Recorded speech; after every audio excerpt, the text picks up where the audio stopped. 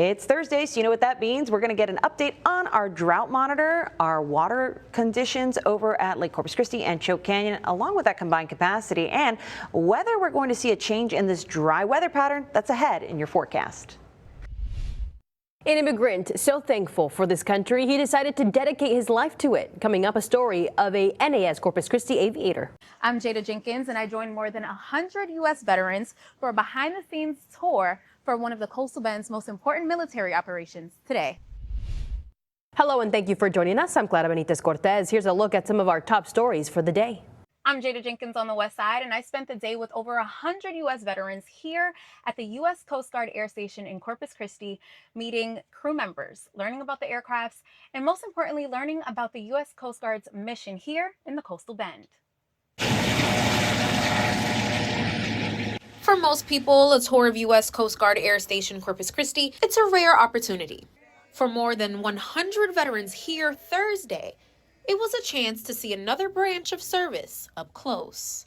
As we walked through the hangars and stepped inside aircrafts, I kept asking veterans about their time in the military. That's when I learned out of the entire group, Ricardo Hankerson was the only one who served in the Coast Guard. What made you want to join the Coast Guard? I knew that question was going to come up. We are the greatest. We're the best. Ricardo served as a yeoman from 1968 to 1972. But his military career didn't stop with the Coast Guard. In the many branches, I was in the Army Reserve, the Army National Guard, the Coast Guard. He told me it stayed with him ever since. What did you learn in the Coast Guard? Well, I learned discipline. And decades later, he still encourages the next generation of service members. Do you talk to young people that are in the Coast Guard now? Every time I see them. And then there was Jose Mendez, the 102-year-old Army veteran who has a day named after him right here in Corpus Christi. They call me troublemaker. They call you troublemaker? Yeah. Behind the laughter is a lifetime of service he's still proud to talk about. I remember all the hard times we went through. I joined the Army when I was 18 years old. I became a sergeant. And while each veteran's story was different, they all had the same sense of pride. You are a veteran, no matter what branch of the service that you was in. From exploring the air station to swapping stories with fellow service members, the veterans that I spoke with say today was about more than just touring the aircrafts. It was about remembering why they served in the first place. On the West Side, I'm your neighborhood news reporter, Jada Jenkins, KRIS 6 News. Hey there, happy Thursday. I'm Chief Meteorologist Stephanie Lauber. Last week's drought monitor update had even better news for us. We're watching color slowly just disappear from this map, and that's exactly what we'd like. Preferably no color on the map. So as we look at the update for today, this area of tan and that muted orange is starting to shrink more and more as the drought disappears. Just some moderate drought, a small area of severe drought in northwestern McMullen County, and that is likely what we're going to need to see improve most before we start seeing appreciable gains at Choke Canyon. But this is a step in the right direction. We just need to keep this pattern going. And while we don't have rainfall in the 7-day forecast, that can be something that's a little nerve-wracking. Thankfully, we have a bit of a cushion, and we're watching those levels rise at Lake Corpus Christi thanks to the beneficial rainfall we've had over the past week. We're about the same at Choke Canyon week for week, and combined capacity now up to 15.4%. We'll talk about that 7-day forecast ahead. Nueces County Sheriff J.C. Hooper is adding a new tool to his department's app to help protect children. The National Center for Missing and Exploited Children Cyber Tip Line will now be available. The addition comes after our reporting on former Fire Captain Jesse Gill III. Gill was charged with possession with intent to promote child sexual abuse material. The Cyber Tip Line is the exact tool that led investigators to Gill. It flagged a messaging account linked to 23 files of abuse material. The sheriff says he made the decision after reading our story. The story of our great nation can't be told fully without hearing the great many tales of the people, by the people, who have made it what it is today, including, of course, those who serve in our armed forces. I'm a captain in the United States Marine Corps, and I'm an instructor pilot with Training Squadron 28.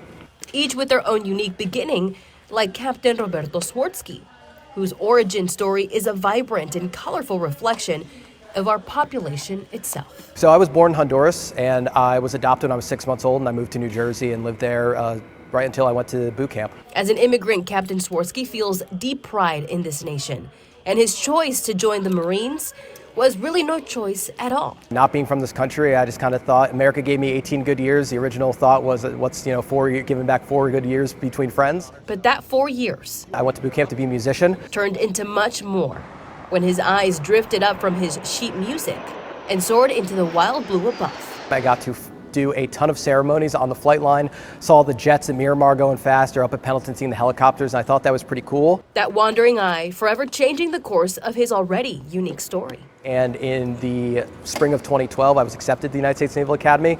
I went to the United States Naval Academy Preparatory School in Newport, Rhode Island the next year after that, and I graduated from the Naval Academy in 2017 with a Marine contract to become an aviator. Now, from the Naval Air Station in Corpus Christi, Texas, he is teaching the next generation of aviators how to defend our nation from above. I never considered it a job. It's a labor of love, getting up every day, flying 2 flights, sometimes in the Texas heat, in hot aircraft, but it's something that I wanted to do. And voluntarily giving back his time for enlistment means setting an example to those who have stories yet to be told. It's something that I wake up excited to go do. I put on my flight suit. I have a 15-month-old at home. He gets to see Dad put on his flight suit and his boots and go out and teach our nation's most precious asset. A nation of the people whose distinct stories make the U.S. as brilliant as it is.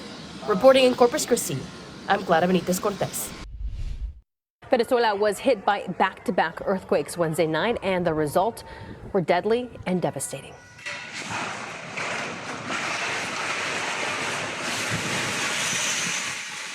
The first quake hit about 6:04 p.m. Wednesday. It was a 7.2 magnitude quake.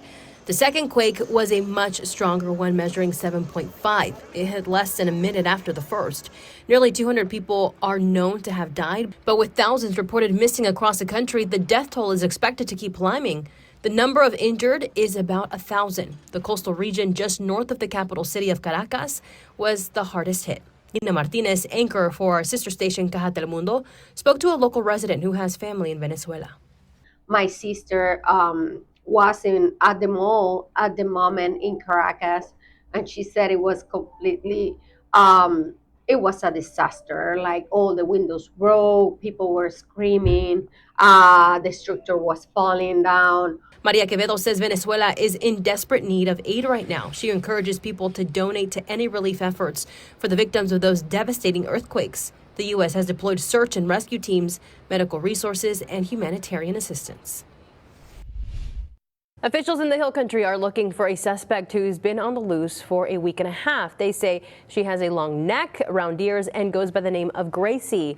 The Real County Sheriff's Office says a towering giraffe went missing from a ranch about 2 hours south of San Antonio. She's been spotted in the area around the ranch, so she hasn't gone far, but we're told the terrain is rugged and there are concerns Gracie might fall or run into predators. The ranch is offering a $5,000 reward for information leading to her safe return. President Donald Trump is pushing to get his border wall finished before he leaves the White House. The U.S.-Mexico border is almost 2,000 miles long. Trump officials say by the end of his second term, 1,400 miles will have barriers. Right now, there's still 775 miles of new wall and several hundred more miles of secondary and water barriers to go. Former and current U.S. Customs and Border Protection officials say it can be done, but the key is getting landowners along the border to give up their property, much of which is here in Texas, where a majority of the borderlands are not federally owned. The Justice Department has been trying to use eminent domain to seize private land for the border wall. With fireworks stands now open for the 4th of July holiday, here are a couple of reminders. You can legally buy fireworks, but they cannot be set off inside city limits. If you're caught, those fines can cost you thousands of dollars. Stands are allowed to open from June 24th to July 5th. The operator of this fireworks stand on Old Brownsville Road had some advice for his customers, too. Make sure you tell these kids to be careful with the use of the product and know what you're doing it, and parents, please take a look on your kids while they're dealing with even with the little things as sparklers. Miguel Trejo says he made his first sale within 4 minutes of opening. A 26-year-old man who was out on bond for a murder that happened nearly 3 years ago is now facing new charges. Latrey Cayandret was one of the 2 men arrested in July 2023 for a shooting that left a 39-year-old man dead and a 21-year-old woman injured. At this time of his arrest for that case, Cayandret was charged with aggravated assault with the deadly weapon. He was later released on a $100,000 bond. Fast forward to this past Sunday when police say Cayandret went to a home on Totten Drive and slapped his girlfriend in the face. Cayandret was later arrested for burglary. His bond was set at $75,000, but for a second time, he was able to get out on bond. Watching Chris 6, a part of the Scripps News Group. An update on the flu outbreak at Lackland Air Force. More than 300 trainees got sick so far this month. In April, Defense Secretary Pete Hegseth ended the military's flu vaccine requirement. During basic training at Lackland, some recruits reportedly declined the shots as the virus began to spread. Now the Pentagon is reversing the policy. Flu shots are now once again mandatory for military trainees. What Texas students learn in social studies classrooms could soon change. The Board of Education gave the initial okay for a major revision of the curriculum that minimizes racial, geographic, and cultural diversity while emphasizing the Bible. The majority Republican board granted preliminary approval Thursday morning to the proposed changes. On Tuesday, it gave initial authorization to a mandatory reading list for all public schools that includes stories from the Christian Bible. The final vote is expected to happen Friday. If approved, the curriculum changes would go into effect by the 2030 school year.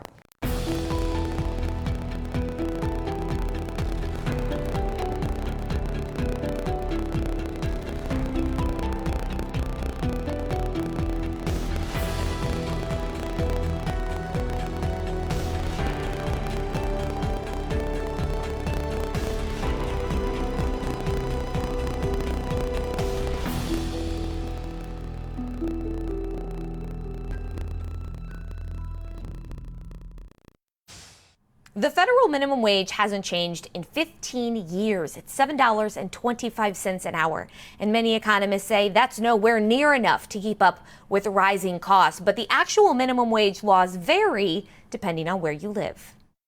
19 states raised the minimum wage on January 1st this year, and 3 more will go up in the coming months. The median minimum wage nationwide is around $15 an hour. Economist Heather Long says support for raising the wage crosses political lines. Anytime that voters have had a chance to vote on this, they have overwhelmingly voted to increase the minimum wage in their states, even in conservative states. Most people do not think $7.25 an hour is livable at all. Economist Scott Bollier, dean at the University of Wyoming College of Business, says minimum wage hikes affect different workers in different ways. If you raise the minimum wage too much, it's going to be automation that's relied on for those first jobs, like McDonald's. We're seeing it right now. So the minimum wage is one tool to help the poor and those who are lower skilled. But it runs this risk of if you raise it too much, you're going to end up causing unemployment as well. Housing costs are a major driver in the current debate, and they are up 50% in the past 5 years. Rent hikes are impacting places that were previously considered affordable. High housing and rent used to be a problem in New York City and San Francisco, but now it's a problem almost everywhere in the United States, even in parts of Texas and Florida and Phoenix, Arizona, places that used to be considered cheaper. Bollier says the idea of a living wage can vary widely depending on location, age, and life stage. Living wage for someone in Laramie, Wyoming versus someone living in the Bay Area is going to be very different. When you look at a person's lifespan too, those who are just out of college aren't going to need as much to live on as a family of, say, 5. Studies show moderate wage increases tend to add only a few cents to consumer prices because labor is only a fraction of a business's total cost. But both economists warn dramatic increases in wages could mean fewer hires and more automation. Most agree the federal baseline of $7.25 an hour is too low, but that is the current minimum wage in 20 states. The challenge now to find that Goldilocks wage that's good for both businesses and workers. But any change to the federal minimum wage would require action from Congress. Stephanie Liebergen, Scripps News Group, Washington. Scientists at the University of South Wales looking at how heat and humidity can tax our bodies. Their research shows high temps can cut blood flow to the brain by 1/3. impairs decision making and coordination in the process. Heat stress also forces the heart to work up to 30% harder, making things like routine tasks physically exhausting. Experts warn older adults and at-risk populations should stay inside during severe heat. June is Alzheimer's and Brain Health Awareness Month. Researchers say one change can help prevent or even delay dementia. Exercise addresses 6 key lifestyle risk factors, among them obesity, high blood pressure, high blood sugar, depression, high cholesterol, and physical inactivity. Aerobic strength and mind-body exercise, they say, can boost cognition and memory. Find something they say you like and stick with it. The American Red Cross says it needs your help this summer. They say blood donation's slow this time of year because of vacations or busy schedules, but they say the need never takes a break. Hospitals still need blood for accident victims, surgeries, and sick patients who just need blood. Red Cross says all blood types are needed. They say if you donate between July 1st and July 15th, you'll get a special thank you gift. Hey there, I'm Chief Meteorologist Stephanie Lauber. Let's talk about what is going on in the big weather picture that's keeping rain out of the forecast for the rest of June and the start of July. It's going to be a dry stretch for us because of this orange pocket you see right here. This is upstairs in the atmosphere, upper level high pressure sitting over much of the Lone Star State, and it's going to stay parked there as we go through the weekend, the beginning of next week. This really doesn't change much, and as long as we have high pressure overhead, that makes it difficult for rain chances to come back to the picture. And it helps the heat definitely have its hold over the coastal bend. So as we go through your Friday, we're off to a warm start and really doesn't see much relief during the overnight from Thursday into Friday. So this is where we've been talking about the mornings feeling hotter than we would otherwise expect. We'll be feeling like the 90s for coastal neighborhoods by 9 a.m. on Friday. By lunchtime, we'll be feeling like the triple digits for most areas, and into the heart of the afternoon, we'll see middle 100s for those feels like temperatures across the coastal bend.